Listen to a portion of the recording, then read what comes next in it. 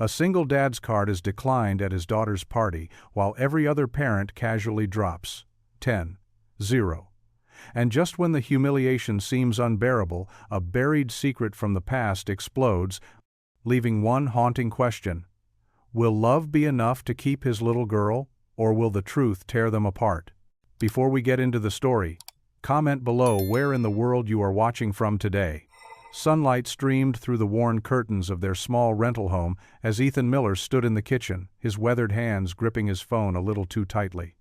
The screen displayed his bank balance. $380. 7.42. His stomach twisted into familiar knots, but he forced himself to take a steady breath. Today wasn't about money. It was about Lily's smile.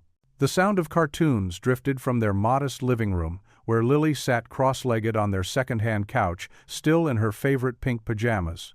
Her dark hair was adorably messy from sleep, reminding Ethan so much of her mother that his heart ached. "Almost ready for your special birthday breakfast, sweetheart?" Ethan called out, quickly tucking his phone away. He pulled out a mixing bowl, determined to make her favorite chocolate chip pancakes from scratch. "Can I help, Daddy?" Lily bounced into the kitchen, her eyes bright with excitement. "I'm double digits today," Ethan chuckled, lifting her onto the counter. "Sure can, birthday girl. Want to measure the flour?" He handed her a measuring cup, watching as she carefully scooped the white powder, her tongue poking out in concentration. Their small kitchen filled with the warm scent of vanilla and melting butter as they worked together. Lily hummed a tune while Ethan flipped pancakes, creating a stack that might not look perfect but was made with love. He'd learned to cook out of necessity after losing Lily's mother, but these morning moments had become precious to them both. "Look, Daddy," Lily giggled, showing him her flour-covered hands. "I'm a ghost." "Oh no, a birthday ghost." Ethan played along, pretending to be scared. His worries about the upcoming party faded briefly as Lily's laughter echoed through their home. These were the moments money couldn't buy. Just father and daughter making memories in their humble kitchen. After breakfast, Ethan helped Lily get ready while he mentally reviewed his party preparations. The cake was safely stored in their old refrigerator. Nothing fancy, but he'd stayed up late decorating it himself with wobbly pink roses and Lily's name in his best attempt at fancy writing. A small box of party decorations sat by the door, purchased from the dollar store but chosen with care. "Can I wear my special dress, Daddy?" Lily asked, pulling out the blue dress they'd found at a thrift store last month. It still had the original store tags attached, a lucky find that had made Lily's eyes light up. "Of course, Princess." Ethan helped her into the dress, carefully zipping it up. He braided her hair the way her mother had taught him years ago, his fingers moving with practiced care. "There you go, beautiful as always." While Lily twirled in front of their bathroom mirror, Ethan quickly changed into his cleanest work shirt and the one pair of khakis he owned. He studied his reflection, noting the tired lines around his eyes and the way his collar was slightly frayed. With careful fingers, he smoothed down his hair and straightened his shirt. "Daddy, you look handsome," Lily declared, hugging his waist. Ethan's throat tightened with emotion. "Thanks, sweetheart." He checked his watch. They needed to get moving to set up the party on time. In the kitchen, he carefully lifted the cake from the refrigerator, its cardboard box slightly damp from condensation. Lily helped gather the decorations, her excitement making her bounce with each step. "Remember what we practiced?" Ethan asked, as they headed for the door. Lily nodded solemnly. "Thank you for coming to my party. Would you like some cake?" She recited, then broke into giggles. They stepped out into the crisp morning air, their breath visible in small puffs. Ethan's old pickup truck sat in the driveway, its blue paint faded but the engine still reliable after all these years. He'd spent countless hours maintaining it himself, unable to afford a newer model. "Careful with the cake," he instructed, helping Lily climb into the passenger seat. He placed the cake box securely on her lap, then added the bag of decorations at her feet. The springs creaked as he settled into the driver's seat, the familiar smell of old leather and engine oil filling his nostrils. As Ethan turned the key, the truck coughed to life. He caught his reflection in the rearview mirror and forced his features into a smile, trying to hide the worry that threatened to surface. The mirror showed Lily beside him, beaming with excitement, her new dress smooth and pretty, her hair neatly braided. "Ready for your big day?" he asked, putting the truck in reverse. "Ready!" Lily clutched the cake box protectively. "This is going to be the best birthday ever, Daddy. I just know it." Ethan's forced smile softened into something more genuine as he watched his daughter's joy. Maybe she was right. Maybe everything would work out fine. He shifted the truck into drive and headed toward the family restaurant, carrying precious cargo, both the cake and his whole world sitting beside him. The morning sun caught Lily's blue dress, making it shimmer. For a moment, Ethan could almost believe they were just like any other family heading to a birthday celebration without a care in the world. He held on to that feeling as they drove, letting his daughter's happiness wash away his fears, if only for a little while. The Family Fun Palace restaurant buzzed with weekend activity, as Ethan held the door open, watching Lily bounce inside with excitement. Her pink dress, bought on clearance but carefully ironed, swished around her knees. He tugged self-consciously at his clean but well-worn button-down shirt, the same one he wore to church every Sunday. The first guests were already arriving. Mrs. Henderson stepped out of a gleaming black SUV, her heels clicking against the pavement as she guided her daughter Sophie toward the entrance. The designer handbag on her arm probably cost more than Ethan's monthly rent. Behind her, Mr. Henderson carried a large gift wrapped in shimmering paper that caught the sunlight. "Welcome," Ethan said warmly, holding the door. "We're so glad you could make it." Mrs. Henderson's smile was genuine, even if her eyes briefly took in his shabby shoes. "Sophie's been looking forward to this all week, haven't you, darling?" Sophie nodded enthusiastically, clutching her own little purse that matched her mother's. More cars pulled into the parking lot, all of them newer models that made Ethan's old pickup truck look even more out of place. The Matthews twins arrived next, their father carrying two identical boxes wrapped in paper that Ethan recognized from the expensive boutique downtown. Their mother wore pearls that caught the light, and her manicured hands gestured gracefully as she chatted with Mrs. Henderson. "Daddy, look, Ashley and Emma are here." Lily ran to embrace her friends, their squeals of delight echoing through the restaurant. Ethan's heart warmed at her joy, even as he noticed the stark difference between Lily's simple dress and the twins' matching designer outfits. More parents and children filtered in, each arrival bringing another wave of expensive presents and designer clothes. The designated party area quickly filled with chatter and laughter. Ethan worked hard to keep his smile natural, to focus on the children's excitement rather than the obvious disparity in wealth. "The party room is right this way," he directed, leading the growing group to their reserved space. The restaurant had done their best with the basic party package he could afford: balloons tied to chairs, a cheerful "Happy Birthday" banner, and plain white tablecloths that looked clean if not fancy. Mr. Wilson, a local business owner, set down a large box that Ethan knew must contain the latest gaming console. He'd seen the advertisements everywhere. "Great location choice," he said kindly, though Ethan caught the slight hesitation in his voice as he surveyed the simple decorations. Lily didn't seem to notice any of the differences. She moved from friend to friend, her face glowing with happiness as she welcomed each new arrival. Her infectious laugh carried across the room, making several parents smile despite themselves. "Who's ready for some games?" called out Jenny, their assigned party hostess. She wore the restaurant's standard uniform, a red polo shirt and black pants, and carried a stack of party hats.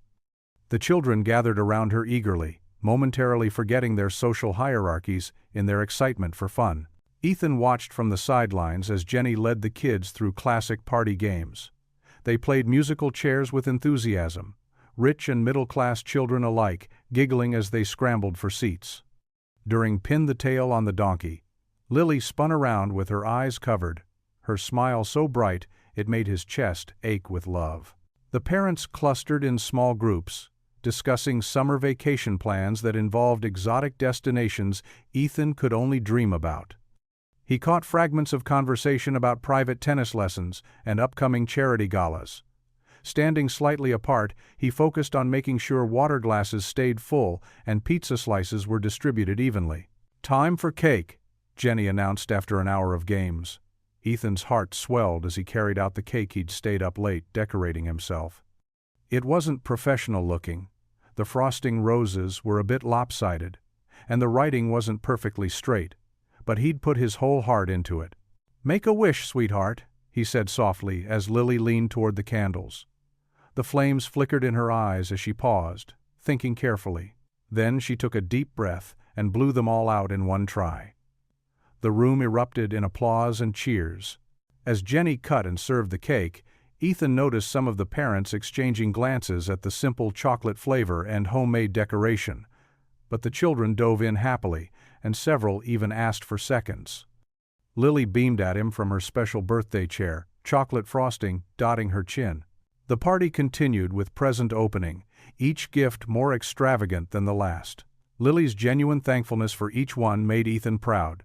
She showed the same enthusiasm for every present, whether it was the latest electronic gadget or a simple card. Finally, as the last piece of cake was eaten and the games wound down, parents began checking their watches and gathering purses. Children were cleaned up, leftover pizza was packed away, and the party room slowly emptied of its excited energy. Jenny approached with a small black folder in her hands, her expression professional. "Whenever you're ready, sir," she said quietly, holding out the bill. Ethan's hands felt clammy as he reached for his wallet. He knew the total, had calculated it dozens of times, but his heart still pounded as he pulled out his debit card. The worn plastic felt flimsy between his fingers as he slipped it into the folder, trying to keep his hand steady. Ethan's heart skipped a beat as the waitress returned, her face pinched with concern. She leaned in close, keeping her voice low. "I'm sorry, sir, but your card has been declined." The words hit him like a physical blow. He glanced around the table where parents chatted over half-eaten cake, praying no one had heard. But the waitress's body language had already caught their attention. The cheerful conversations died away, replaced by an uncomfortable silence. "There must be some mistake," Ethan muttered, his fingers trembling as he pulled out his wallet again. "Please try one more time." The waitress nodded sympathetically, taking his card back to the register. Ethan could feel the weight of stares pressing down on him. "Mrs. Henderson whispered something behind her manicured hand to the woman next to her. Mr. Berkowitz suddenly became very interested in his water glass. Lily was still laughing with her friends at the far end of the table, blissfully unaware of the growing tension. Thank goodness for small mercies, Ethan thought. The seconds stretched like hours as he waited. His collar felt too tight, and sweat dampened the back of his shirt. The children's happy chatter seemed to fade into the background, drowned out by the thundering of his pulse in his ears. The waitress returned, her expression saying everything before she opened her mouth. "I'm sorry, sir. It's still not going through." Heat crawled up Ethan's neck and into his cheeks. He wanted to sink through the floor. The restaurant manager appeared, his name tag reading, Frank, wearing a stern expression. "Is there a problem here?"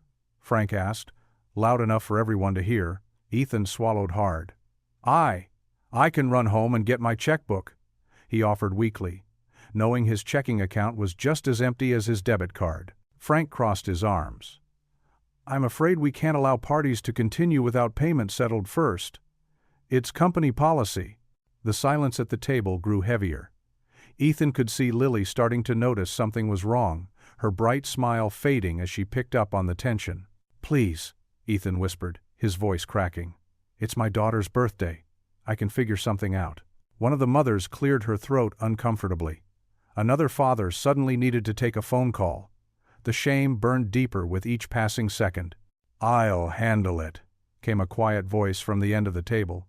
Mrs. Catherine Walsh, one of the wealthier parents, was already pulling out her credit card. She handed it to Frank with a graceful smile, as if covering other people's bills was something she did every day. "That's really not necessary," Ethan protested, his pride stinging worse than the embarrassment. "Please," Catherine said softly, touching his arm. "Consider it my gift to Lily. She and Emma have been friends since kindergarten." Frank processed the payment quickly, clearly relieved to have the awkward situation resolved. But the damage was done. The other parents avoided making eye contact with Ethan, suddenly very busy gathering their children's things or checking their phones. Ethan's hands shook as he signed his copy of the receipt. The number at the bottom, $287.54, might as well have been $1 million for all his ability to pay it back right now. "Thank you," he managed to say to Catherine. "I'll pay you back as soon as I can." She waved away his words. "Don't worry about it." Really. But Ethan could worry about nothing else. His chest felt tight, his throat constricted. He'd wanted so badly to give Lily a normal birthday party, to let her feel like all the other kids for just one day. Instead, he'd managed to humiliate himself in front of the entire parent group. The party broke up quickly after that, parents hustling their children toward the exit with hurried goodbyes. Ethan busied himself collecting wrapping paper and forgotten paper plates, anything to avoid meeting the pitying glances thrown his way. The shame sat like a lead weight in his stomach. He was supposed to be able to provide for his daughter. That's what fathers did. But here he was, unable to even pay for a children's birthday party at a family restaurant. Lily bounded over, her face flushed with excitement. "This was the best party ever, Daddy. Did you see all my friends came?" Ethan forced a smile, though it felt more like a grimace. "I sure did, sweetheart." He gathered her into a hug, holding her tight, trying to draw strength from her happiness even as his own heart ached. Catherine approached as they were loading gifts into Ethan's truck. She touched his shoulder gently. "Ethan, please don't beat yourself up about this. We've all been through tough times." But her kindness only made it worse.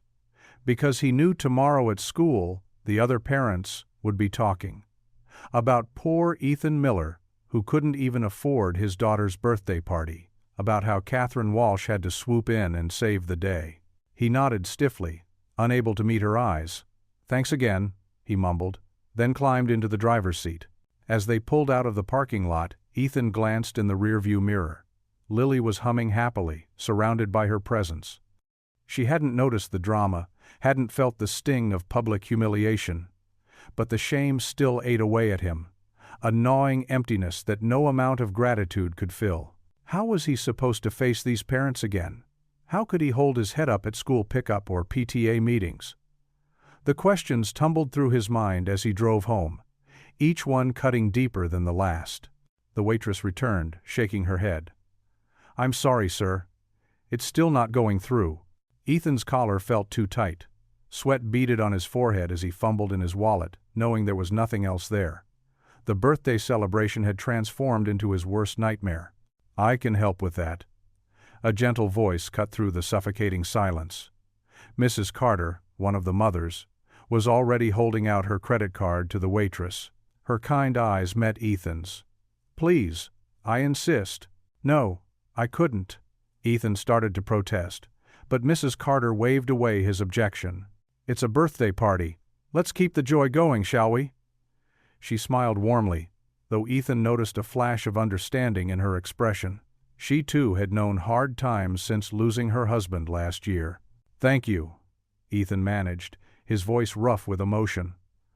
"I'll pay you back." "Nonsense," Mrs. Carter said firmly. "Consider it my gift to Lily." The tension around the table eased slightly, but Ethan's relief was short-lived. As parents began gathering their things, a conversation drifted over from the other end of the table. "Did you see what the Whitman boy got in his gift bag, Mrs.?" Henderson's voice carried clearly despite her attempt at discretion. "A new gaming system, premium headphones, and I heard there was even a gift card for that expensive clothing store downtown." "Well, of course," replied Mrs. Berkowitz, adjusting her diamond tennis bracelet. "We all contributed $10,000 for the gift bags. That was the agreement for the grade's birthday circuit this year. $10,000. The number hit Ethan like a physical blow. He thought of the carefully wrapped art supplies in Lily's gift bag, colored pencils, a sketch pad, and a how-to-draw book he'd found on sale. The total had been just under $30, and even that had stretched his budget. More details of the extravagant gift bags filtered through the parental chatter. Designer clothes, the latest electronics, vacation vouchers. Each revelation twisted the knife deeper. Ethan busied himself helping the waitress clear plates, trying to look anywhere but at the pile of expensive shopping bags being distributed. "Daddy, look." Lily bounded over, clutching her modest gift bag to her chest. Her eyes sparkled with genuine happiness. "Sarah loved the friendship bracelet I made her. Can you believe it? Ethan forced his features into a smile, though his chest ached. "That's wonderful, sweetie. You put a lot of work into those bracelets. And Jenny said my cake was the best she's ever had," Lily continued, practically bouncing with excitement. Mrs. Henderson passed by, steering her son toward the exit. "Come along, Bradley. We need to get home and organize your new things." She paused, giving Ethan's daughter a tight smile. "Thank you for inviting us, Lily." The homemade touches were very creative. The patronizing tone in her voice made Ethan's jaw clench. He watched as Bradley struggled with 3 enormous shopping bags, each bearing the logo of an expensive boutique. Parents and children filed out of the restaurant, the parking lot filling with the sound of luxury car engines purring to life. Ethan helped Lily gather her few remaining presents and birthday cards, each movement feeling mechanical as his mind spun with the afternoon's revelations. Mrs. Carter touched his arm lightly as she prepared to leave. "Don't let them get to you," she said quietly. "The best things in life aren't things at all." Ethan nodded gratefully, but the weight in his chest remained. He guided Lily to their old pickup truck, its faded paint and small rust spots suddenly seeming more pronounced than ever. As they pulled out of the parking lot, Lily clutched her gift bag and hummed the birthday song, legs swinging happily beneath her seat. "This was the best party ever, Daddy. Did you see how everyone loved the party games you made up?" Ethan's hands tightened on the steering wheel until his knuckles turned white. The stark contrast between Lily's joy and his own humiliation made his throat tight. $10,000. Some parents had spent more on party favors than he made in 3 months. Traffic lights blurred slightly as he blinked hard, forcing back the burning in his eyes. The afternoon sun caught the pristine luxury SUVs ahead of them, their chrome trim gleaming mockingly. "And Mrs. Carter was so nice," Lily continued, unaware of her father's internal struggle. "She said my thank you speech was very grown up." Ethan managed a tight, focusing on the road ahead. His daughter's happiness should have been enough. It had always been enough before, but now the gulf between their world and that of Lily's classmates seemed impossibly wide. The memory of his declined card played on repeat in his mind, accompanied by the whispers about gift bags that cost more than their rent. Lily began sorting through her cards, reading out the messages with delight. Her small fingers traced over the glittery surfaces, finding joy in these simple expressions of friendship. The late afternoon sun streamed through the truck's windows, catching the glitter and making it dance. But Ethan barely noticed. His mind replayed every moment of embarrassment, every sideways glance, every poorly concealed judgment. The steering wheel bore the brunt of his shame as his grip tightened further, his calloused hands a stark reminder of the manual labor that still wasn't enough to give his daughter what her classmates took for granted. The truck rumbled down familiar streets toward their modest home, Lily's cheerful humming a counterpoint to the engine's rough idle. She was happy. She had enjoyed her party. Shouldn't that be all that mattered? Yet with each passing mile, the weight of the afternoon's revelations pressed heavier on Ethan's shoulders. The distance between their old pickup and the luxury cars ahead seemed to represent everything he couldn't provide, everything he feared he'd never be able to give his daughter. Ethan's old house creaked as evening settled in. The birthday decorations from earlier cast long shadows on the walls, and the smell of chocolate cake still lingered in the air. He guided Lily up the worn wooden stairs, his large hand gentle around her small one. "Ready for bed, birthday girl?" Ethan asked, trying to keep his voice light despite his exhaustion from the day's events. Lily nodded, her dark curls bouncing. She was already in her favorite purple pajamas, the ones with little stars that were getting a bit too short at the ankles. Ethan made a mental note to pick up new ones when he could afford it. In her small bedroom, the walls were painted a soft yellow, the color Lily had picked out herself last summer. Her bed was neatly made, though covered in the stuffed animals she couldn't sleep without. The nightlight cast a warm glow across the room. "Did you have a good birthday?" Ethan asked as he pulled back her flowered comforter, the one her mother had picked out years ago. "Yes." Lily climbed into bed, but something was different about her usual bedtime bounce. Her movements were slower, more hesitant. She clutched Mr. Whiskers, her favorite teddy bear, close to her chest.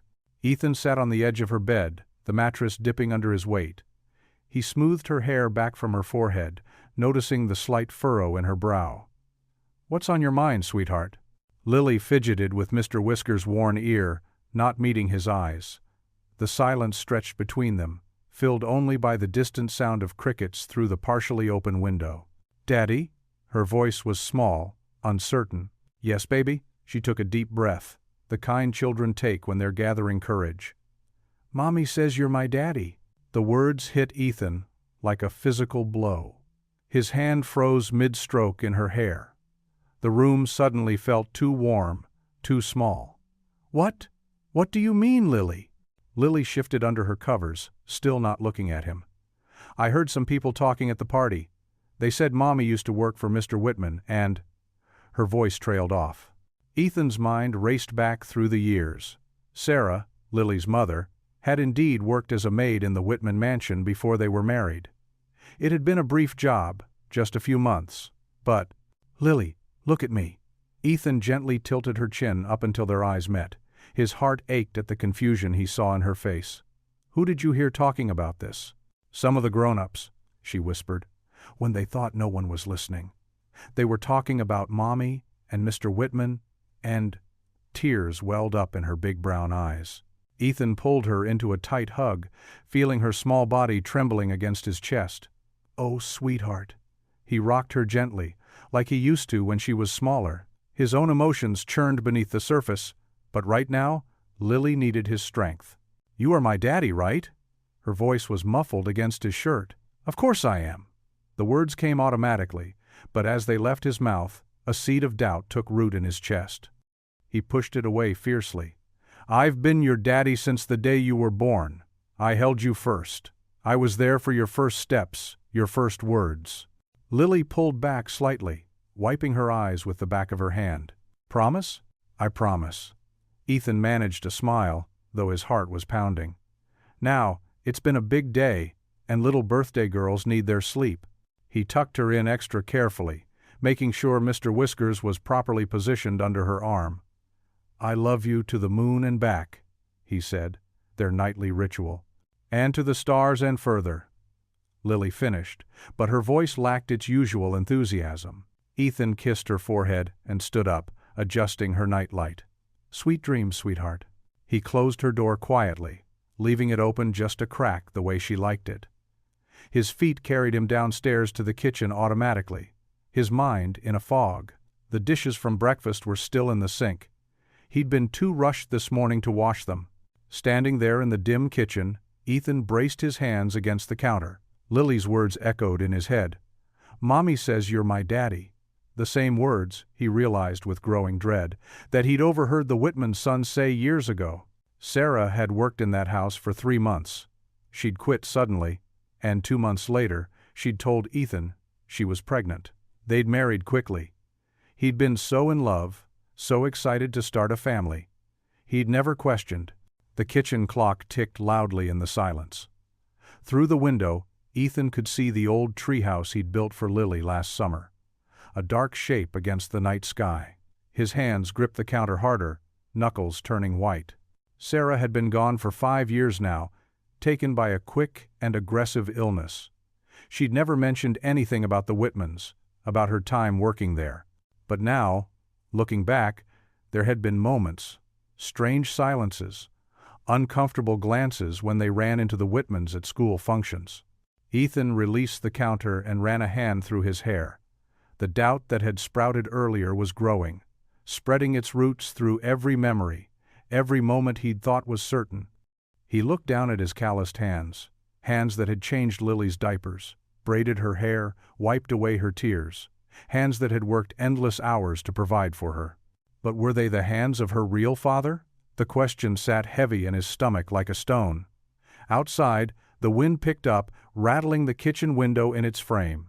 The sound matched the growing storm of uncertainty in Ethan's mind as he stood alone in the darkening kitchen, trying to make sense of a past that suddenly seemed full of shadows. Sunday morning dawned clear and bright, but Ethan's heart felt heavy as lead.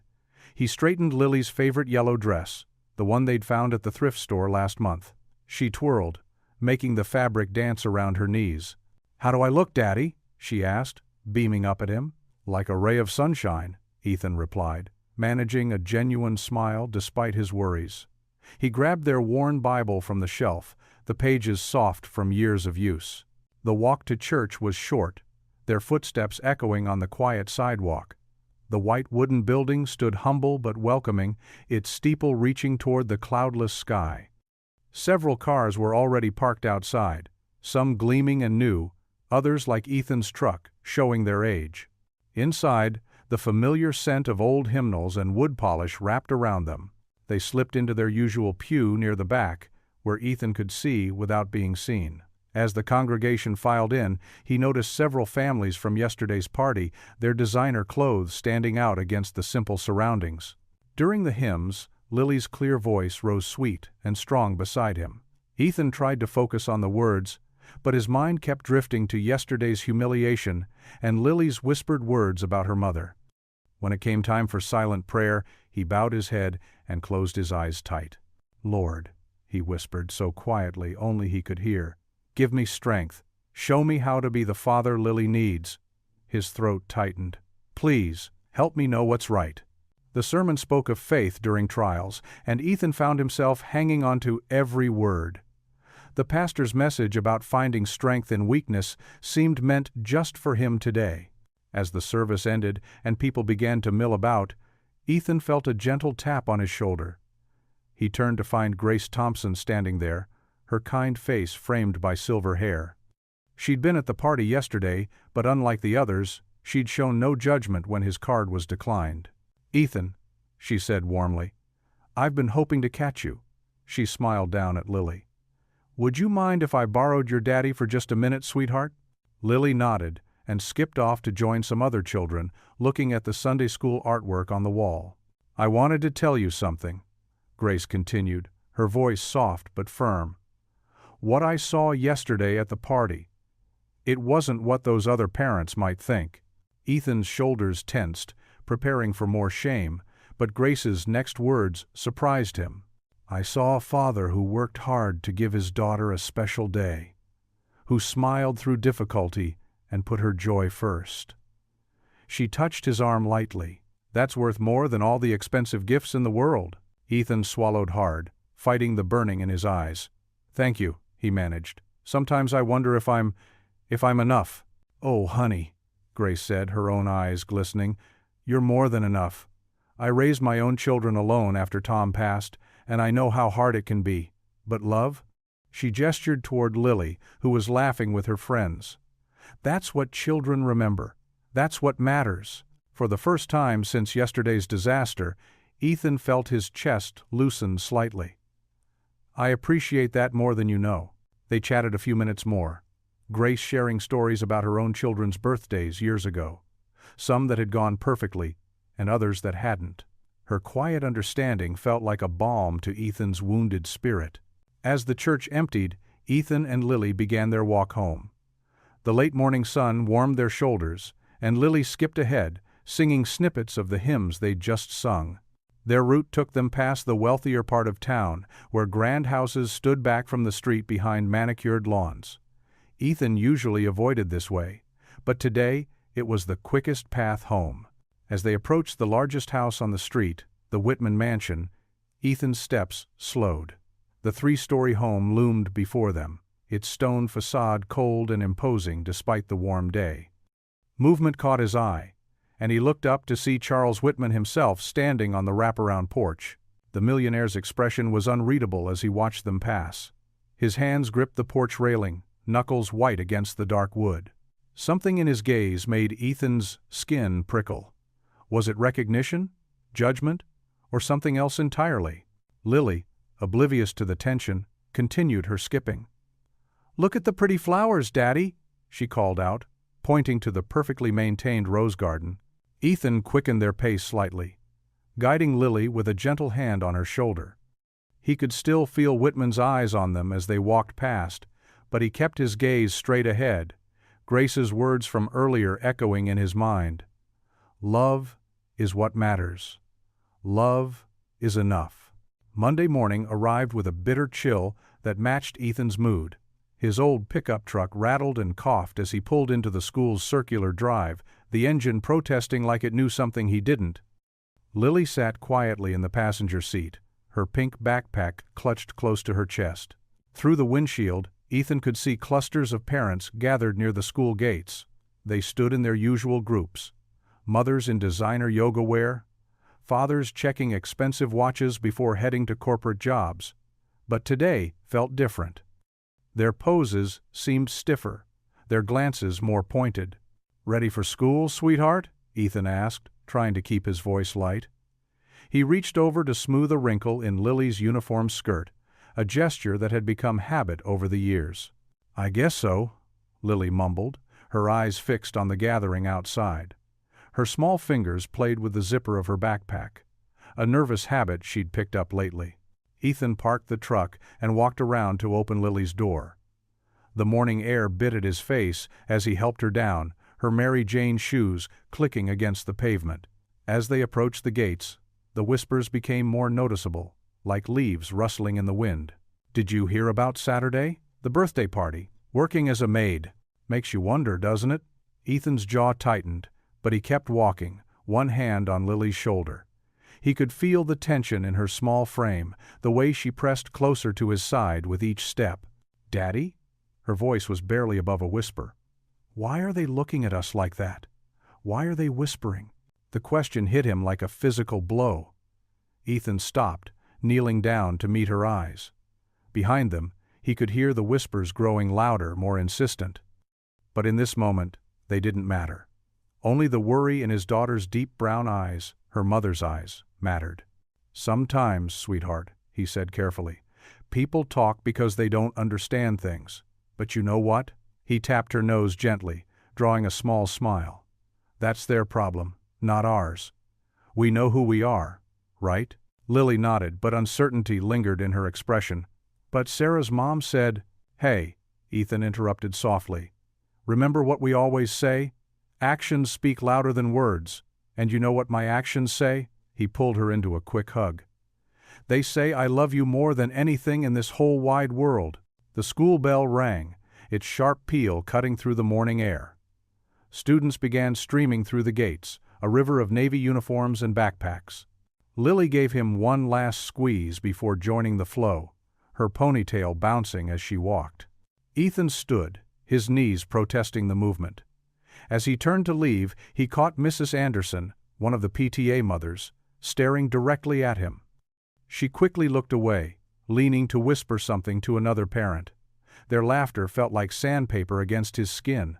The drive to work was a blur of traffic lights and talk radio. Ethan's mind kept circling back to Lily's question, to the whispers, to Saturday's humiliation.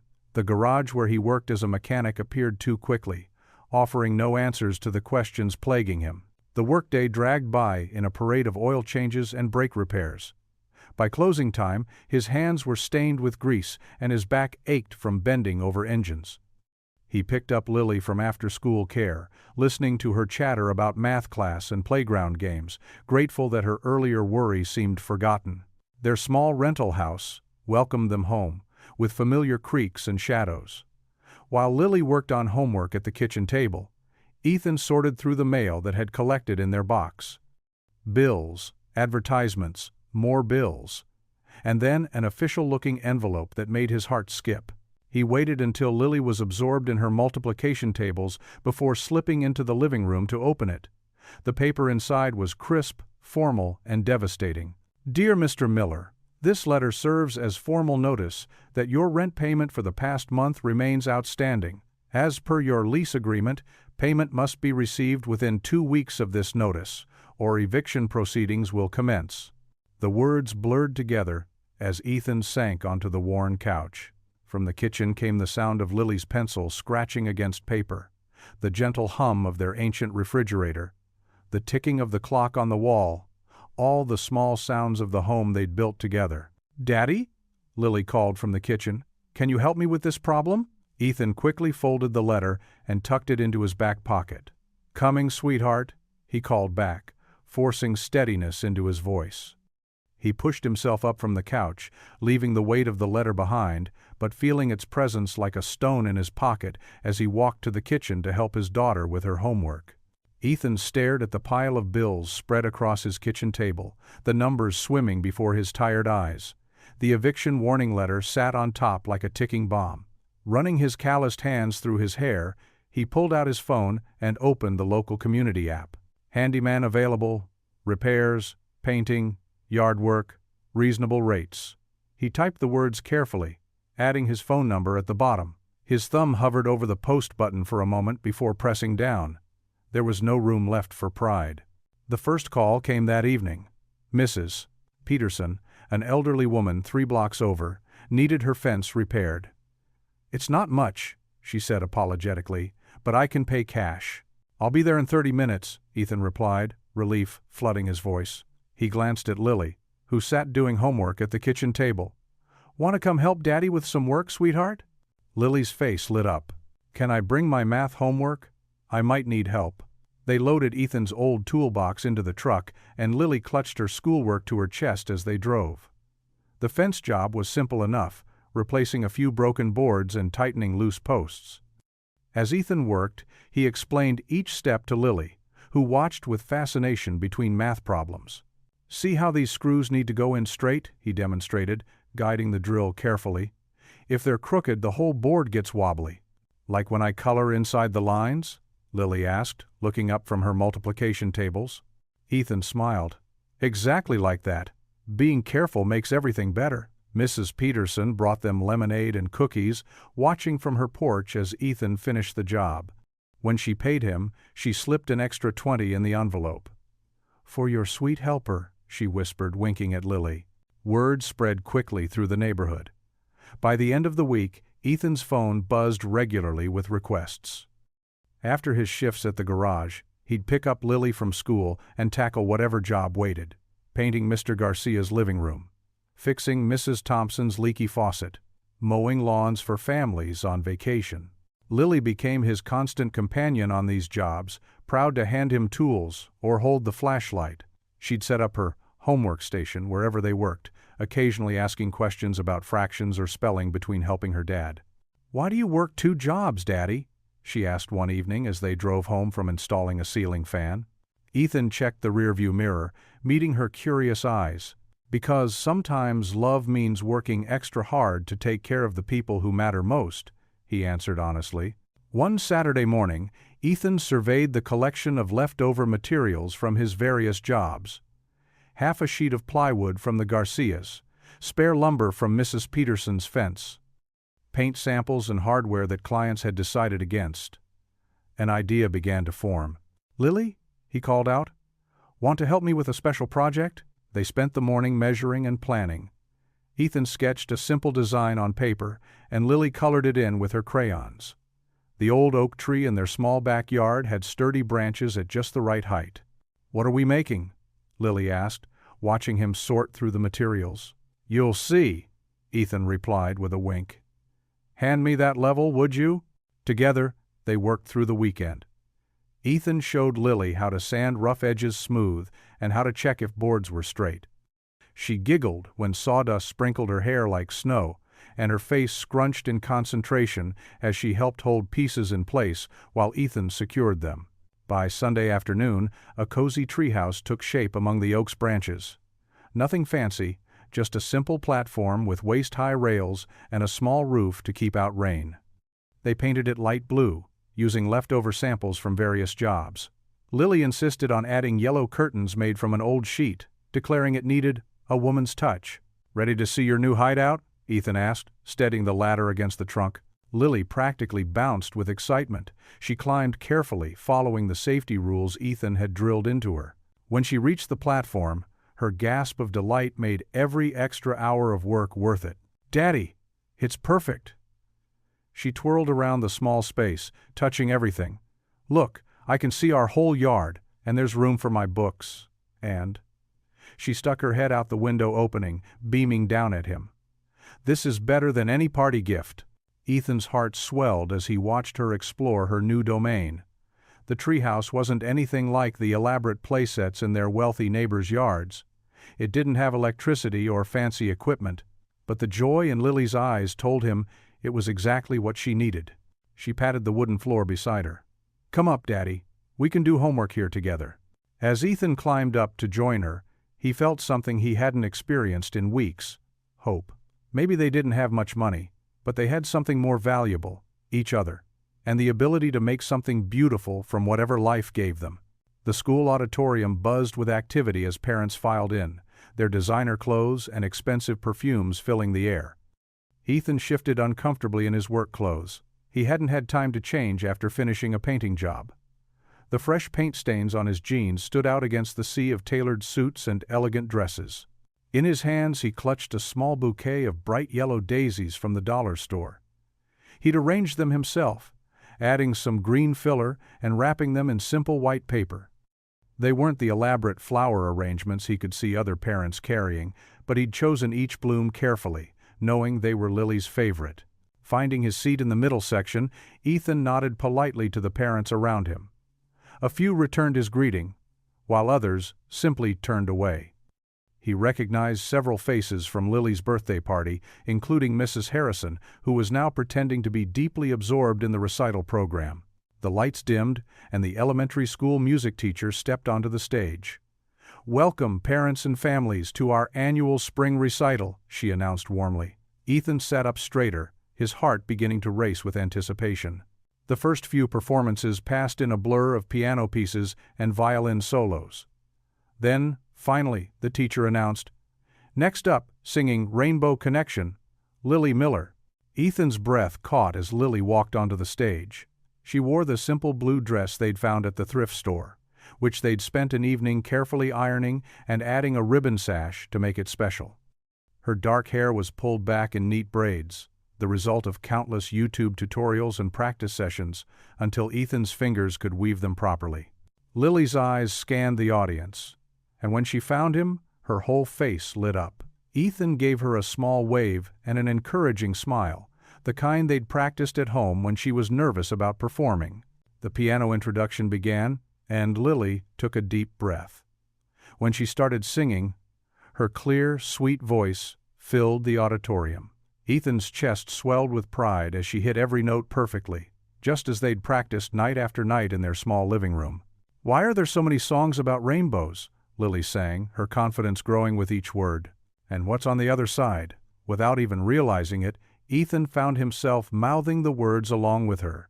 They'd sung this song so many times, while doing dishes, during car rides, as he tucked her into bed. Each line held memories of quiet moments between father and daughter. When Lily reached the chorus, Ethan couldn't contain himself anymore. "That's my girl," he called out, his voice carrying clearly through the auditorium. A few parents turned to stare, but he didn't care. "You're doing great, sweetheart." More heads turned his way, including Charles Whitman's disapproving glare from the front row. But Lily's smile grew even brighter, and she stood taller as she continued singing. Through each verse, Ethan cheered and called out encouragement. "Beautiful job, Lily. Perfect pitch, honey." His enthusiasm was infectious, and he noticed a few other parents starting to smile and nod along. As Lily held the final note, Ethan jumped to his feet, applauding wildly.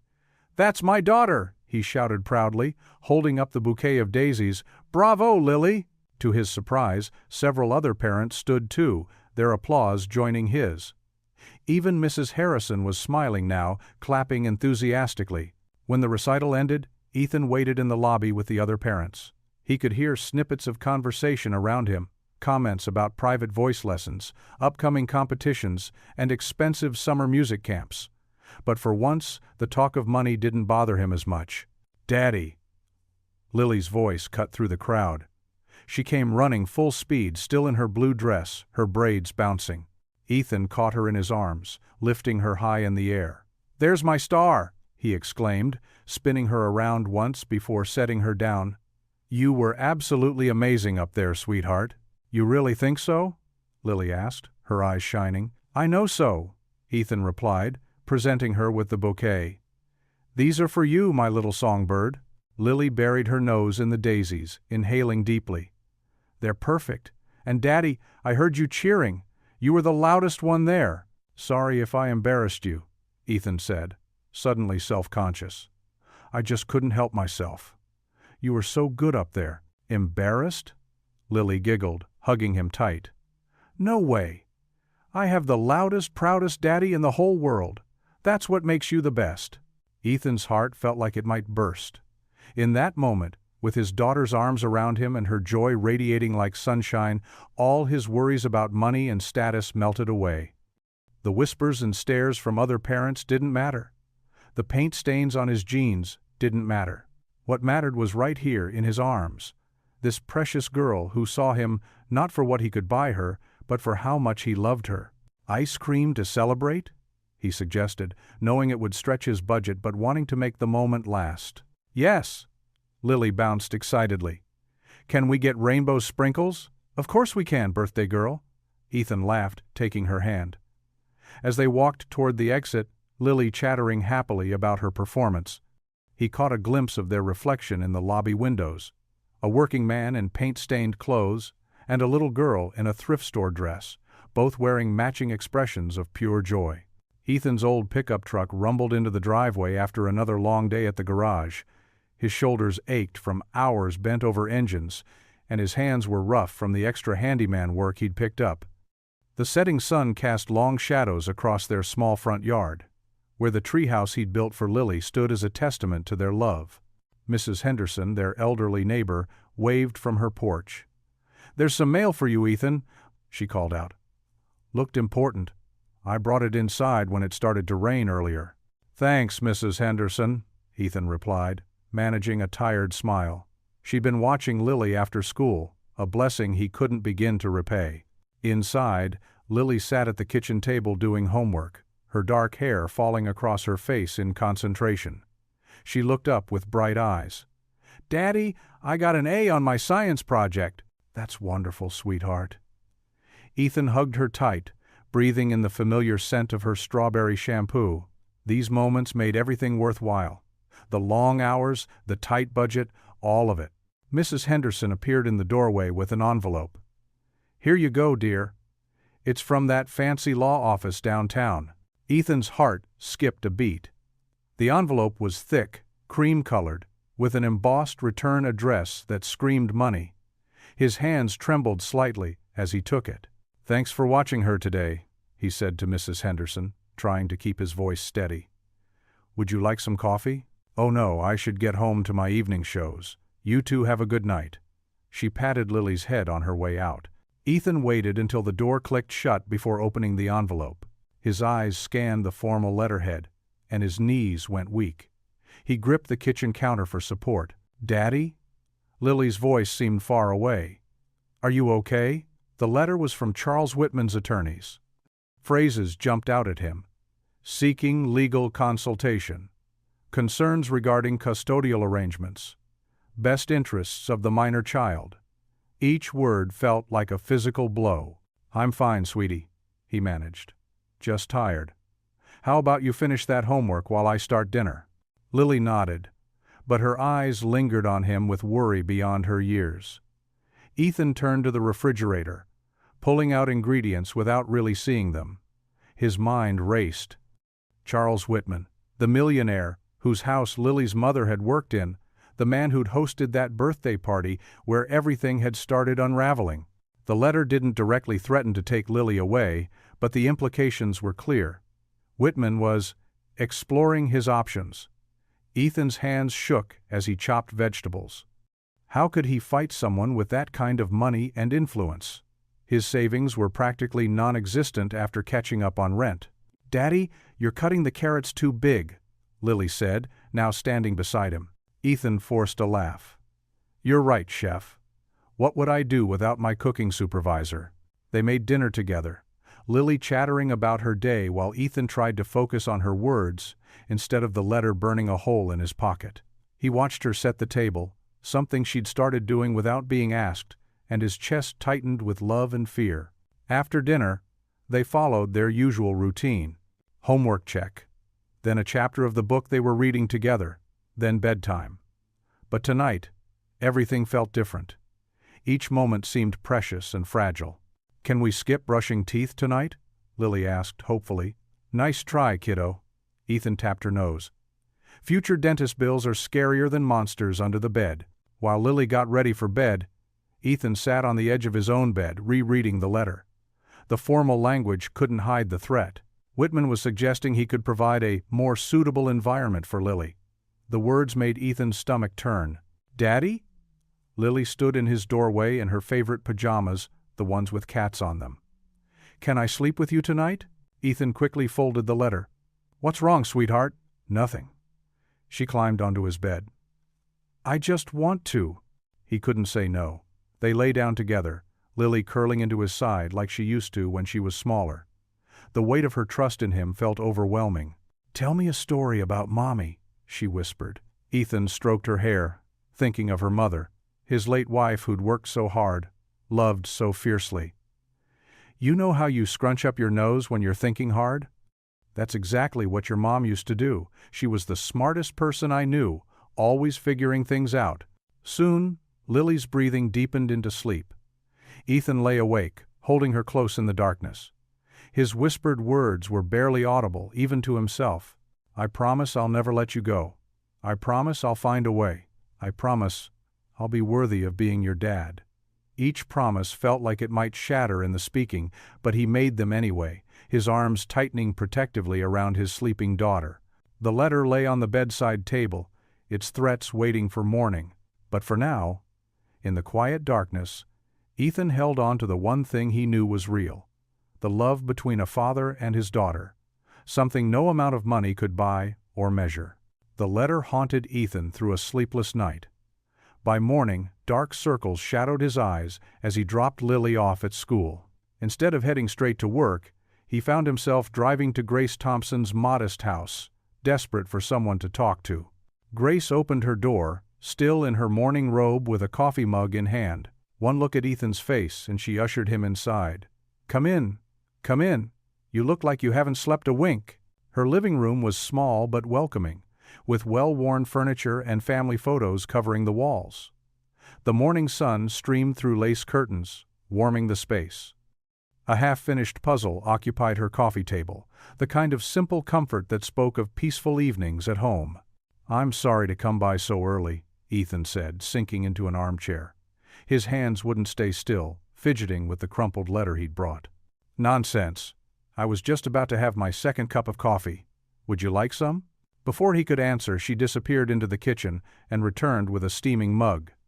The familiar aroma helped steady his nerves. "Now," Grace said, settling onto her couch, "tell me what's troubling you."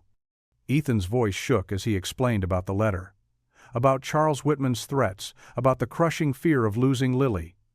The words tumbled out, carrying months of worry and exhaustion with them. Grace listened without interrupting, her kind face showing concern but not pity. When he finished, she set her coffee down and leaned forward. "Ethan Miller, you listen to me. That little girl has more love in her life from you than those wealthy folks could buy in a lifetime." "But the lawyers are just people with expensive suits," Grace cut in firmly. "Money talks, yes, but it's not the only voice that matters. This community knows you, Ethan. We've watched you raise that child with more dedication than anyone could ask for." She stood up and walked to her desk, pulling out a small address book. "Let me make some calls. Pastor Jim needs to know about this. And Sarah at the school board, she's seen firsthand what a good father you are. Oh, and Tom from the hardware store. He was just telling me how much he respects how hard you work." Ethan watched in amazement as Grace began dialing numbers. She spoke with quiet determination, explaining the situation without gossip or drama. By the time he needed to leave for work, she had organized a small group of community members willing to write character letters and speak on his behalf if needed. "We take care of our own here," Grace said, walking him to the door. "And you and Lily? You're family to us. Don't you forget that." Her words wrapped around him like a warm blanket, easing some of the cold fear that had gripped his heart. "I don't know how to thank you." "Just keep being the father you are," Grace replied, giving his arm a gentle squeeze. "That's thanks enough." The morning's comfort was short-lived. At work, barely an hour before his shift ended, his boss called him into the office. The small room felt suffocating, with its filing cabinets and dusty certificates on the walls. "Have a seat, Ethan," Mr. Peterson said, not meeting his eyes. The man looked uncomfortable, shuffling papers on his desk. Ethan's stomach dropped. After 15 years at the garage, he knew Mr. Peterson well enough to read his body language. Something was wrong. "Look, you're one of my best mechanics," Mr. Peterson began, still not looking up. "Never had a complaint about your work, but," he trailed off, finally forcing himself to meet Ethan's gaze. "Some of our higher-end clients have expressed concerns." "Concerns?" Ethan's voice came out barely above a whisper. "About your situation with your daughter." Mr. Peterson's face flushed red. "They don't think it's appropriate for someone in your position to be raising a child in their neighborhood. They're threatening to take their business elsewhere." The words hit Ethan like physical blows, each one carefully chosen, wrapped in corporate politeness, but cutting just the same. "I don't understand," Ethan said, though he did. "All too well. My work has nothing to do with—" "It's not about your work, Ethan. It's about image. These clients, they pay our bills. Their luxury cars keep this place running." "Mr.?" Peterson pulled out an envelope. "I've prepared a severance package, 2 months' pay. Good references for wherever you go next." The envelope sat between them like a white flag of surrender. Ethan stared at it, remembering all the late nights he'd stayed to finish repairs, all the extra hours he'd put in to make sure every job was perfect. 15 years, he said quietly. "I'm sorry, Ethan. Really, I am. But business is business." Ethan stood up slowly, his legs feeling like lead. He didn't take the envelope. "I'll clean out my toolbox." "Take your time," Mr. Peterson called after him, but Ethan was already walking away, his footsteps echoing in the suddenly silent garage. The kitchen light cast harsh shadows across the scattered bills on Ethan's table. Each piece of paper seemed to mock him with red stamps and threatening language. "Final notice," glared up from the electric bill. "Payment overdue," screamed the water bill. His termination notice lay crumpled in the corner, a reminder of how quickly things had fallen apart. Ethan's shoulders slumped as he punched numbers into a worn calculator. The math didn't change no matter how many times he redid it. There simply wasn't enough money. His savings were nearly gone, eaten up by Lily's birthday party and daily expenses. The part-time handyman work he'd lined up had disappeared after word spread about Charles Whitman's threats. His eyes burned with unshed tears as he stared at the impossible equations before him. The clock on the wall ticked steadily, marking time in a world that suddenly felt like it was spinning out of control. Outside, crickets chirped in the growing darkness, oblivious to the storm raging in Ethan's heart. A floorboard creaked behind him. He quickly wiped his eyes with the back of his hand, trying to compose himself. But Lily had already seen. She always could tell when something was wrong. "Daddy?" Her small voice carried through the quiet kitchen. She stood in her pajamas, purple ones with little stars that were getting too short at the ankles. Her long brown hair was still damp from her bath, and she clutched her favorite stuffed rabbit, the one her mother had given her before she passed. "Hey, sweetheart." Ethan tried to smile, hastily gathering the bills into a pile. "You should be in bed, it's late." But Lily didn't move toward her bedroom. Instead, she patted closer, her bare feet silent on the linoleum floor.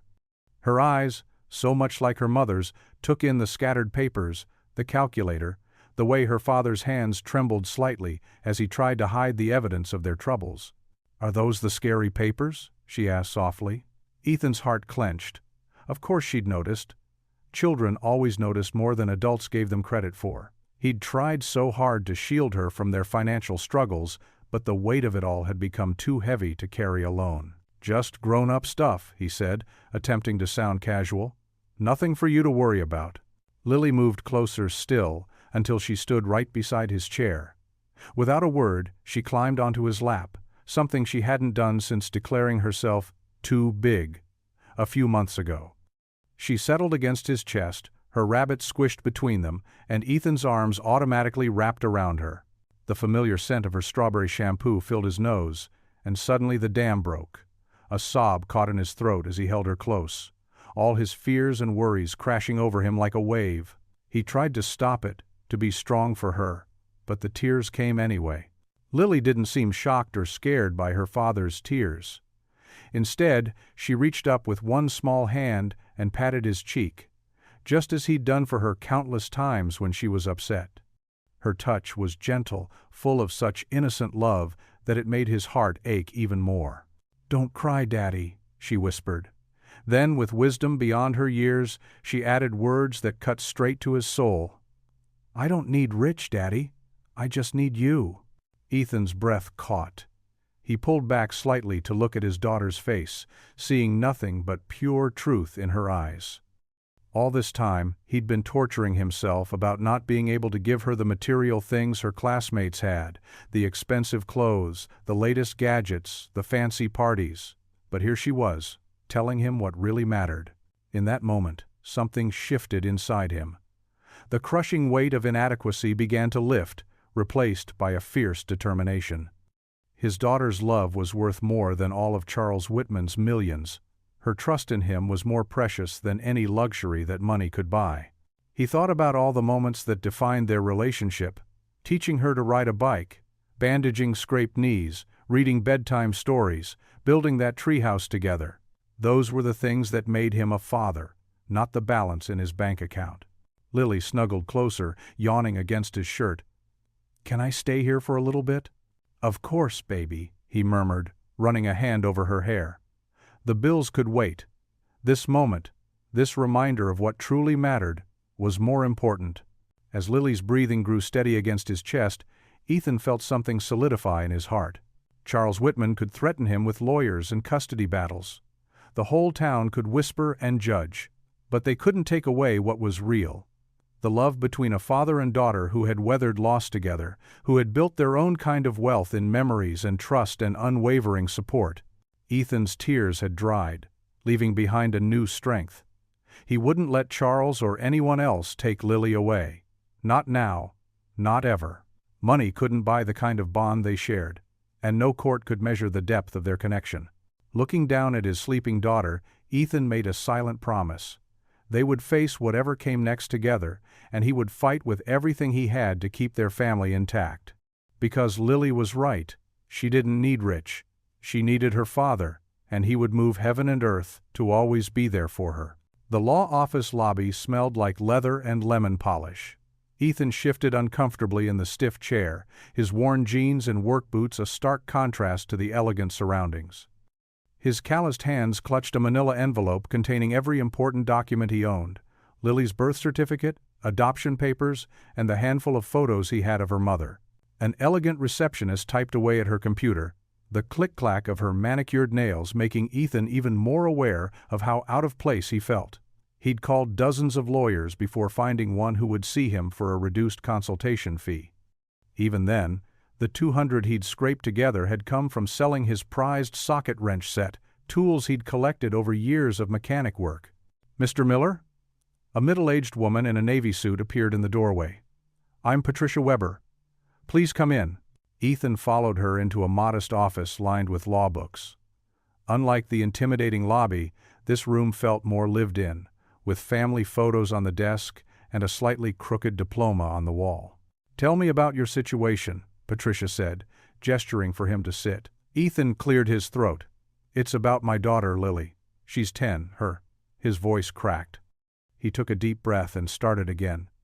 "There's a wealthy man threatening to challenge my custody. Claims he might be her biological father." Patricia's expression remained neutral as she took notes. "And what evidence does he have?" "Lily's mother worked as a maid in his house years ago. Before." Ethan swallowed hard. "Before she passed away. But I'm the only father Lily's ever known. I adopted her when she was a baby, after her mother and I married. Do you have the adoption paperwork?" Ethan pulled out the documents with trembling hands. "Everything's legal, I made sure of it." Patricia reviewed the papers carefully, her reading glasses perched on her nose. "These appear to be in order.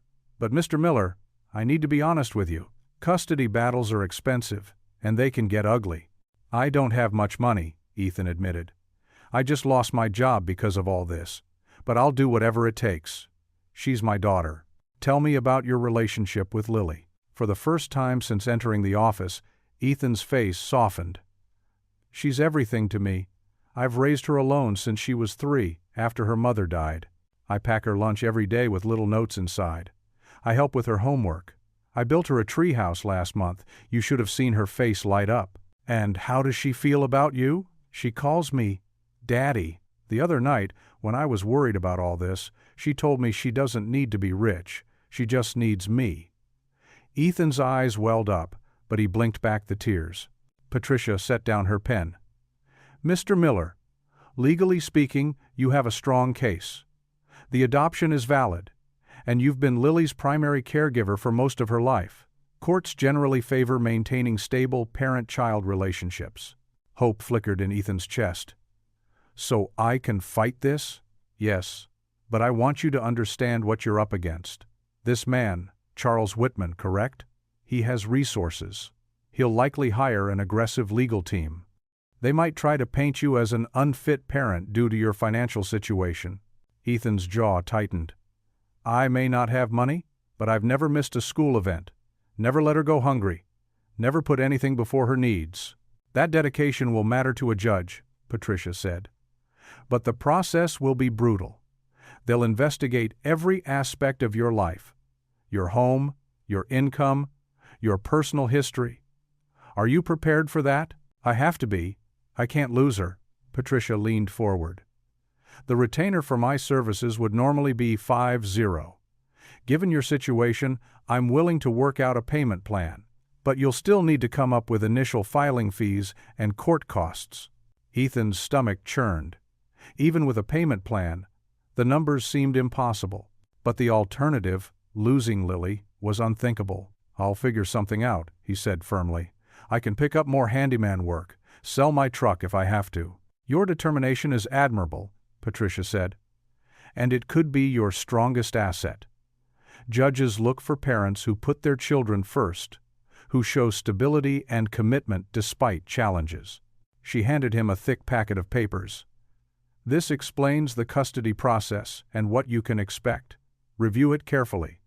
Start documenting everything: your time with Lily, her activities, your efforts to provide for her. Save every receipt, every school notice, every birthday card. Ethan nodded, clutching the packet. What about right now? Can he just take her? No.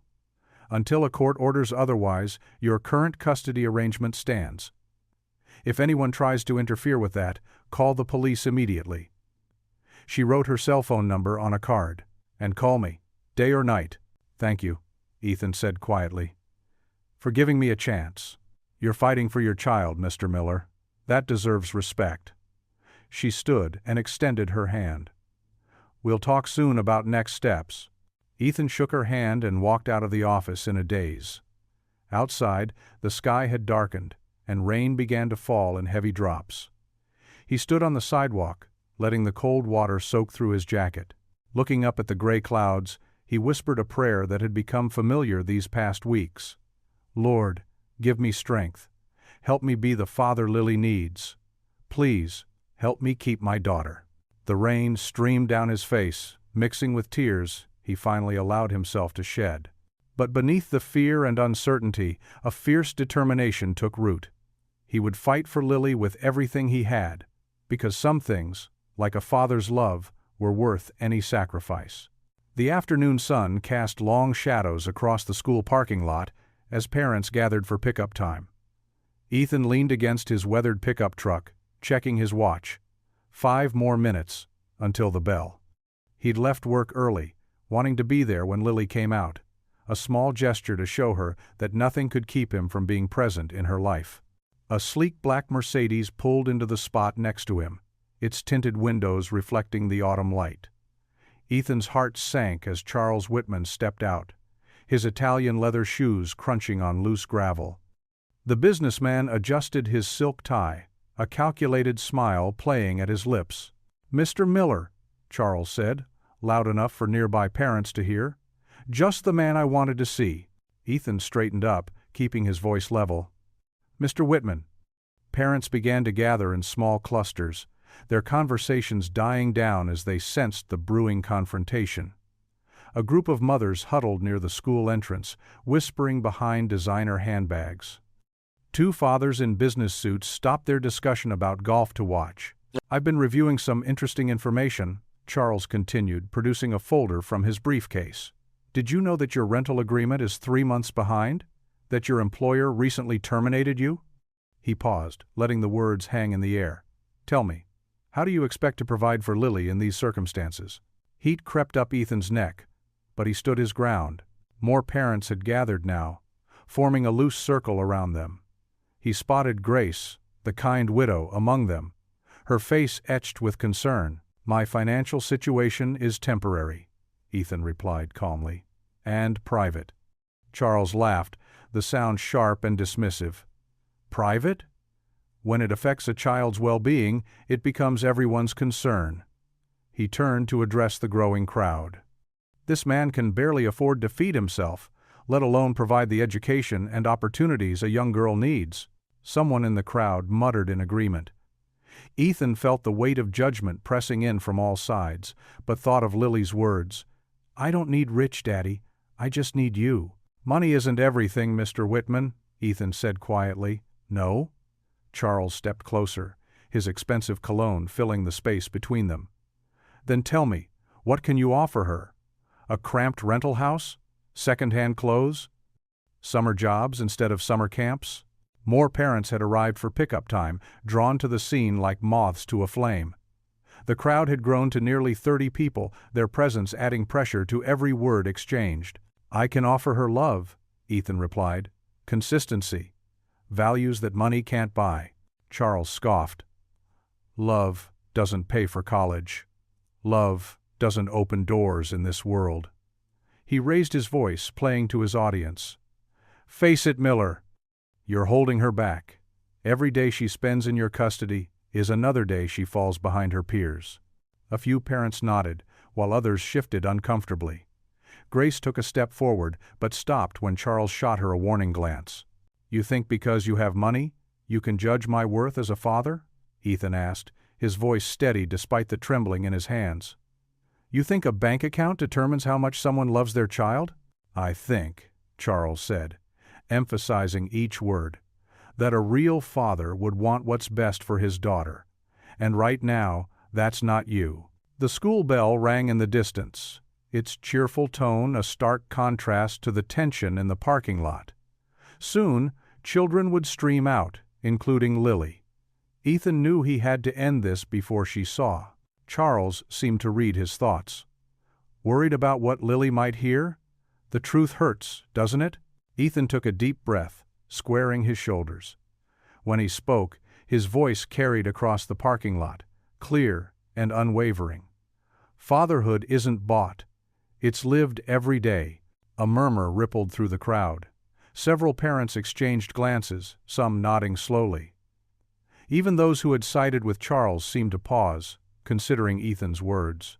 The late afternoon breeze rustled through the oak trees at Henderson Park, carrying with it the sweet scent of freshly cut grass and blooming wildflowers. Ethan spread a worn checkered blanket across a quiet patch of grass, far from the playground where other families gathered. His hands trembled slightly as he pulled out 2 simple brown paper bags from his backpack. Lily plopped down beside him, her school uniform slightly wrinkled from the day, but her eyes bright with curiosity. "Did you make my favorite, Daddy?" "You bet I did, sweetheart." Ethan managed a genuine smile as he handed her a peanut butter sandwich wrapped in wax paper. "Just the way you like it. Extra peanut butter, no crust." They sat in comfortable silence for a few moments, watching a pair of cardinals hop between branches overhead. Lily took small, careful bites of her sandwich, while Ethan barely touched his.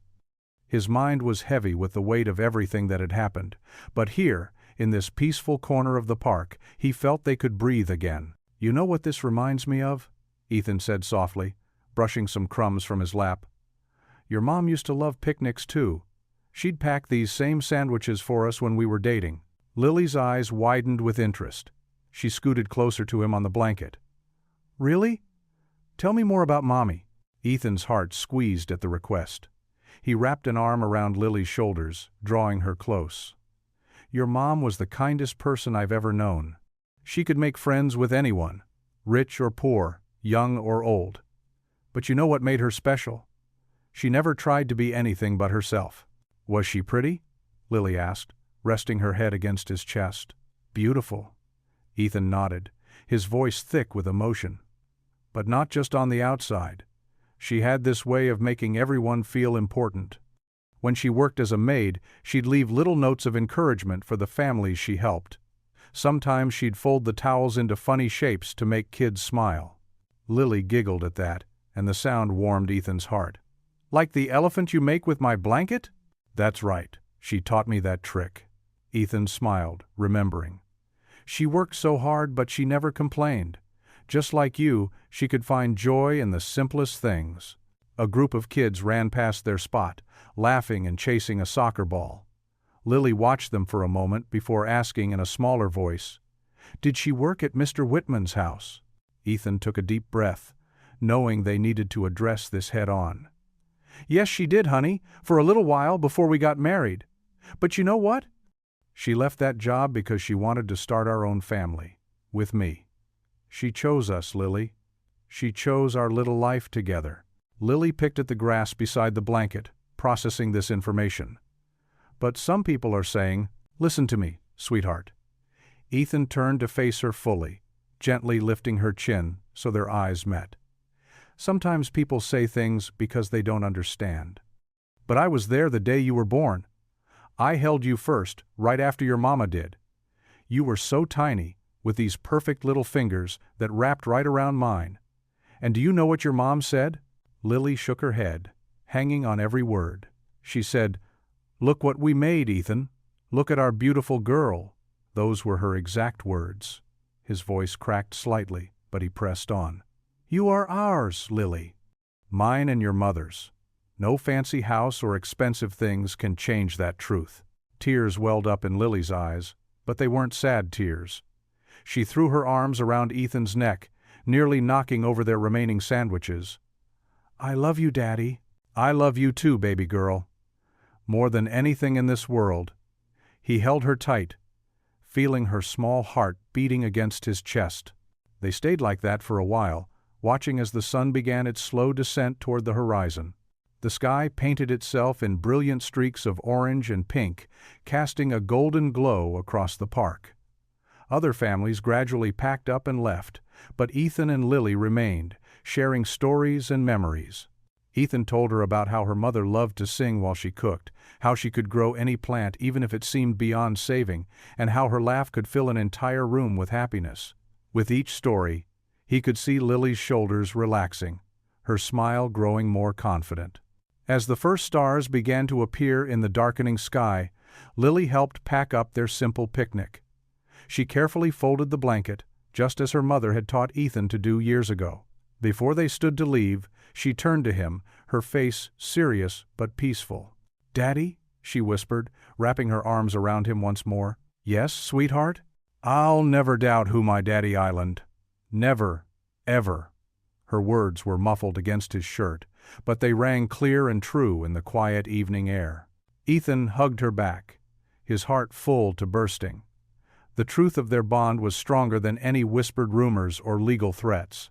It lived in these quiet moments, in peanut butter sandwiches and shared stories, in the love that had built their family one day at a time. The sun's last rays painted the sky in deep purple as father and daughter walked hand in hand toward their truck, leaving behind the day's troubles in the gathering dusk. They had each other, and for now, that was enough. The community center's fluorescent lights buzzed overhead as people filed into the modest meeting room. Metal chairs scraped against linoleum floors while parents, teachers, and community members settled in for the emergency town hall. The agenda was simple, discussing the recent tensions surrounding Lily Miller's custody situation. Ethan sat in the front row, his work shirt still carrying traces of motor oil from his new job at a smaller garage across town. His hands were clasped tightly in his lap, knuckles white with tension. Grace, the kind widow who had become his steadfast friend, sat beside him, occasionally patting his arm in quiet support. Principal Anderson stood at the podium, her silver-rimmed glasses catching the light. "We're here tonight to address concerns that have been affecting our school community. Mr. Miller has asked to speak, and I believe we owe him that courtesy." Ethan's legs felt like lead as he made his way to the front. The room held about 50 people, many of them the same parents who had attended Lily's birthday party months ago. Their designer clothes and perfect posture made him feel even more out of place in his worn jeans and work boots. He gripped the edges of the podium, took a deep breath, and began. "I'm not good at speeches," he said, his voice quiet but steady. "I'm better with engines than words. But I need to talk about what makes a father." The room fell silent. In the back, Charles Whitman stood with his arms crossed, his expensive suit a stark contrast to the institutional walls. 10 years ago, Ethan continued, I fell in love with Sarah. We weren't rich, but we were happy. When she got pregnant with Lily, we were overjoyed. His voice cracked slightly. Sarah died when Lily was 3. Since then, I've worked every job I could find to give our daughter a good life. A few mothers in the audience shifted uncomfortably in their seats, some avoiding eye contact. I know I can't give Lily expensive parties or fancy vacations. Sometimes I can't even afford new shoes when she needs them. But every night, I'm there to read her stories. Every morning, I make her breakfast and braid her hair, even though I'm terrible at it. A gentle ripple of laughter moved through the room. When she's sick, I sit up all night beside her bed. When she's scared, she knows my arms will always be there to hold her. That's what being a father means to me.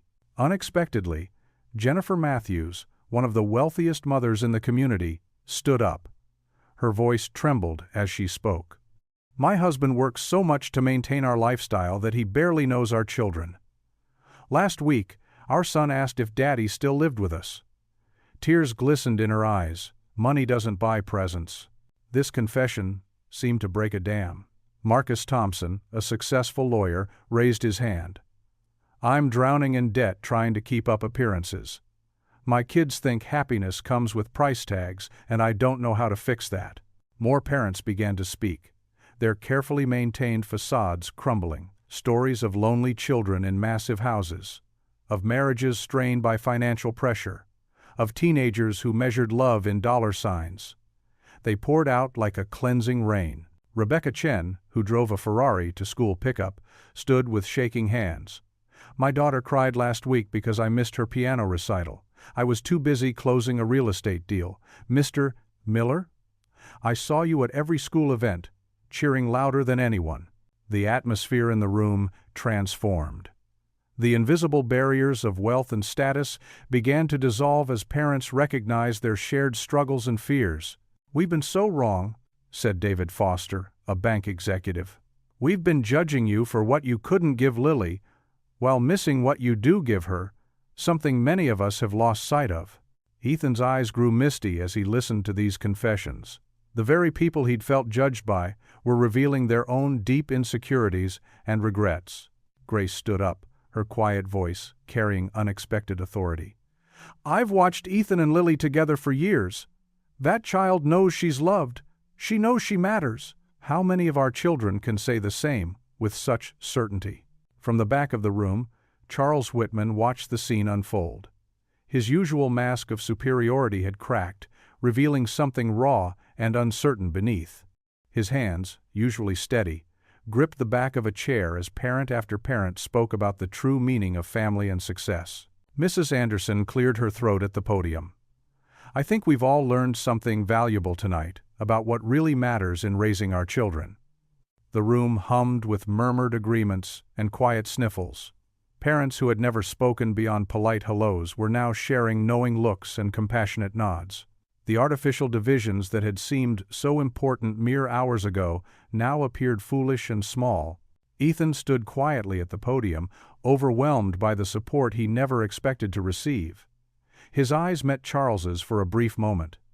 The wealthy man's face showed confusion and conflict, but he remained silent, watching as his carefully constructed world of influence and control shifted beneath his feet. The truth about parenthood, love, and what really matters had been laid bare in this humble community center, under buzzing fluorescent lights and surrounded by institutional beige walls. It wasn't about the size of the house or the price of the gifts. It was about the size of the heart and the value of time spent together. Charles continued to watch from his position at the back of the room, his expression unreadable, but his usual confidence notably absent. The man who had wielded his wealth like a weapon now stood witness to a different kind of power, the strength found in honest vulnerability and genuine love. The morning sunlight filtered through the leaves of the old oak tree in Ethan's backyard. He stood by the rickety fence, hammer in hand, fixing loose boards while keeping an eye on Lily playing in her treehouse. The sound of approaching footsteps made him turn.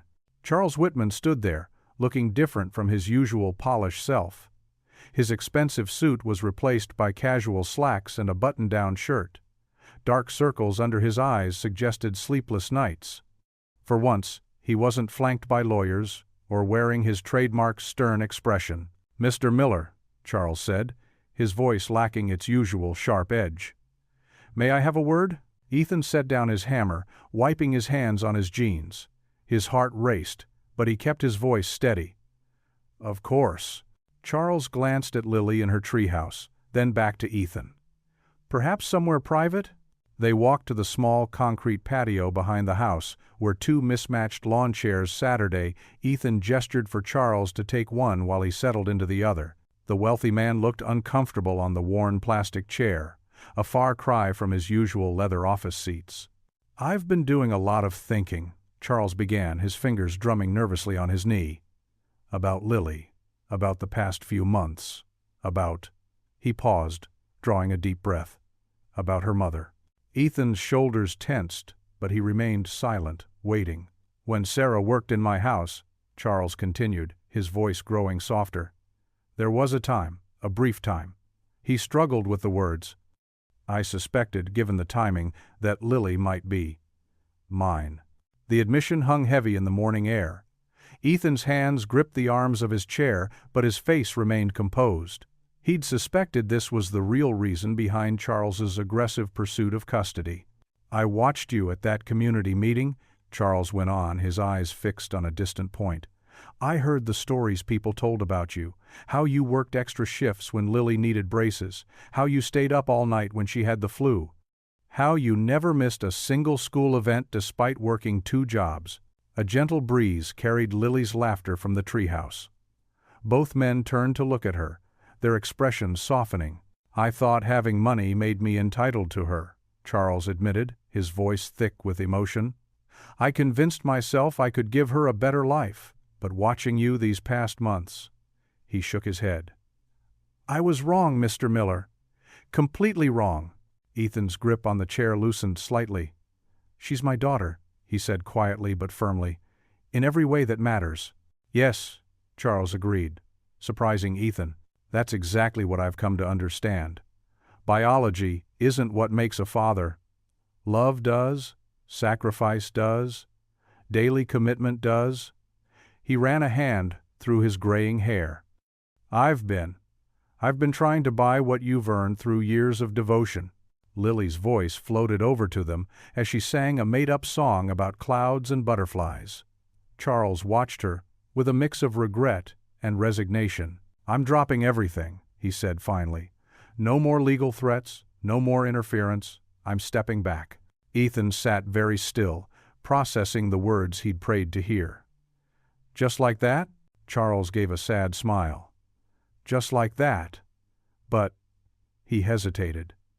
"I'd like to offer something else instead, not as a replacement father, but as someone who wants to help. I have resources that could ease some of your burdens. College fund, health insurance, better housing options, no strings attached, no custody demands, just support." Ethan studied the man before him, seeing genuine remorse in his eyes. The Charles Whitman who had threatened and intimidated him seemed to have vanished, replaced by someone humbled by the true meaning of fatherhood. "Why?" Ethan asked simply. "Because she deserves every advantage life can offer," Charles replied. "And because you deserve to give those advantages to her without breaking yourself in the process." He leaned forward. "I was wrong to try to replace you. Let me try to help you instead." Ethan stood up slowly, processing everything. Charles rose too, uncertainty crossing his features. "I can't give you an answer right now," Ethan said carefully. "This affects Lily's future. I need time to think about it." Charles nodded, understanding in his eyes. "Of course." He reached into his pocket and pulled out a business card. "When you're ready to talk, call me. No pressure, no timeline." Ethan took the card, and Charles extended his hand. After a moment's hesitation, Ethan shook it firmly. The handshake felt like more than a greeting. It was an acknowledgement, a truce, perhaps even the beginning of an unexpected alliance.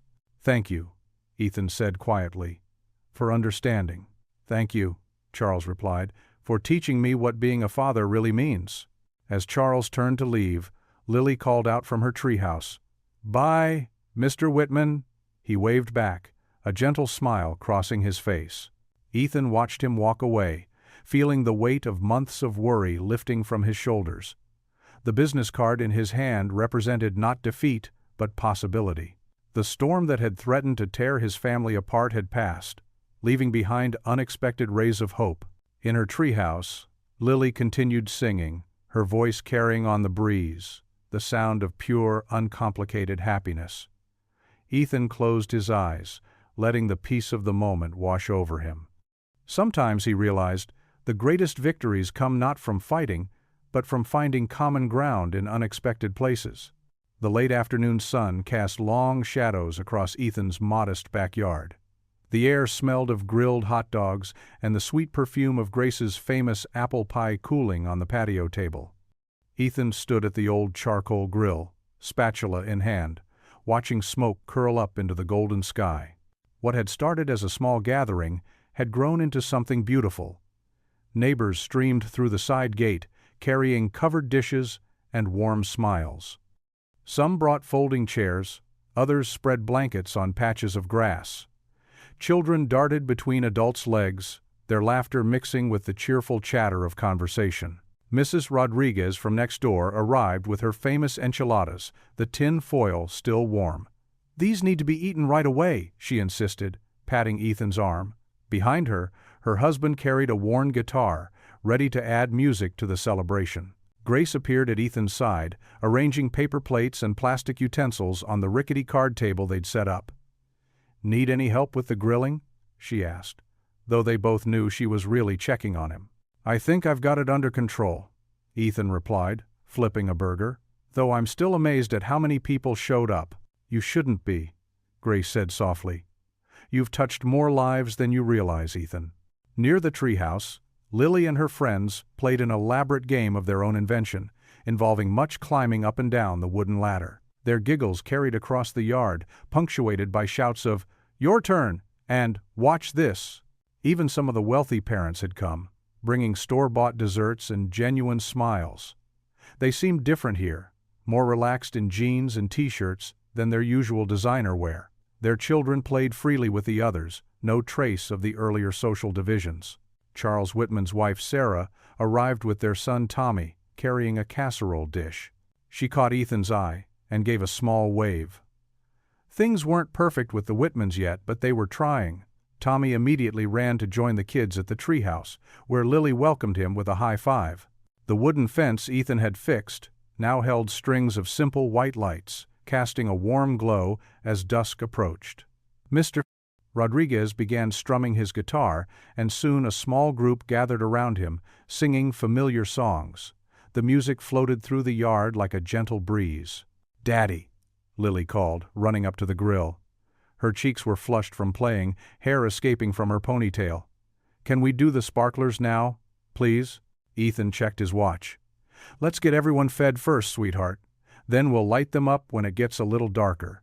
The food was served buffet style, people filling plates and finding spots to sit wherever they could. Some perched on the porch steps, others gathered in small circles on the lawn. The conversation flowed easily, punctuated by genuine laughter and warm exchanges. As the sky deepened to purple, Ethan brought out the box of sparklers he'd been saving. The children gathered around, eyes wide with excitement. Parents helped light them, creating a dance of golden stars in the growing darkness. Lily stood in the center, holding her sparkler high. The light illuminated her face, joy radiating from every feature. Other children circled her, drawing patterns in the air with their own sparklers. The moment felt magical, more precious than any expensive party could have been. Ethan watched his daughter, his heart so full it might burst. She caught his eye and beamed at him, her smile brighter than any sparkler. Around them, the community they'd built, not with money, but with love, kindness, and acceptance, celebrated together under the stars. The sparkler in Lily's hand began to fade, and she closed her eyes to make a wish before it went out completely. When she opened them again, she ran to Ethan, wrapping her arms around his waist. "This is the best party ever, Daddy," she whispered. Ethan hugged her close, breathing in the scent of her hair, a mix of summer air and the slight smoky smell from the sparklers.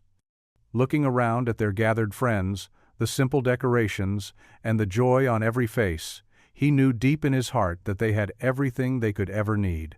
Holding his daughter close, Ethan whispered, "We've got everything we need, sweetheart. What would you do if you were in their place?" Comment your answer below, and let's see how you'd rewrite the ending.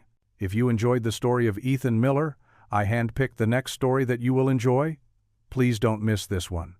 Click here to watch it.